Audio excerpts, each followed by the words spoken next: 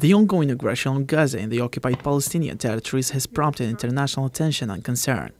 UN Secretary General Antonio Guterres issued a warning about the Middle East teetering on the brink due to the worsening situation.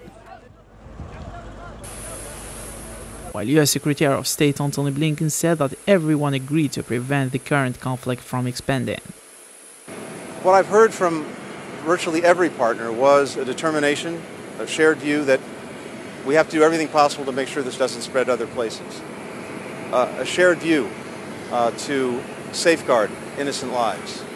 A shared view to get assistance to Palestinians in Gaza who need it, and we're working very much on that.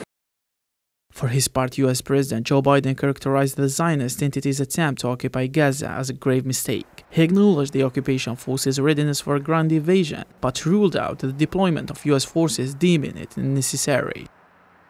I think it'd be a big mistake. Look, what happened in Gaza, in my view, is Hamas and the extreme elements of Hamas don't represent all the Palestinian people. And I think that it would be a mistake for Israel to occupy Gaza again. I don't think that's necessary. Israel has one of the finest fighting forces in the country. I guarantee we're going to provide them everything they need. We're making a major effort to make sure that doesn't happen. People with the FBI, for the Situation Room, for... President of the European Council Charles Michel emphasized the necessity of pursuing sustainable peace through a two-state solution. He called upon all active parties to intensify efforts to prevent regional escalation in the Middle East. And that's why I took the decision to convene an urgent European Council. We'll focus on 4 points. First, we must work towards urgently providing assistance for the basic needs of most vulnerable civilians. And it must be done in full accordance with the humanitarian law. Second, everything must be done to avoid regional escalation, and strong engagement with regional actors is thus key.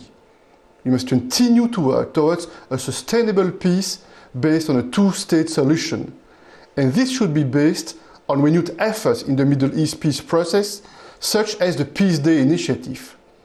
Third, the conflict. Speaking during a visit to a Jewish school in London, British Prime Minister Rishi Sunak stressed on the importance of keeping the Rafah border crossing from Gaza open to reach Palestinians' needs. The humanitarian situation is one which, of course, we're concerned about and that I've raised in all the calls and interactions I've had with other leaders from across the region, and in particular making sure that we can try and get the Rafah crossing open. That will ease the humanitarian situation. That's why I prioritised speaking with President Sisi of Egypt early on last week to talk about that, and we will continue to do everything we can to alleviate the humanitarian situation on the ground, including moving some of our Royal Navy assets into the region who can provide further support as required. For its part, the Russian presidency warned of the possibility of the conflict in occupied Palestine turning into a regional war. Indeed, leaders from various countries and international organizations have called for immediate action to address the escalating humanitarian situation and to prevent further regional instability.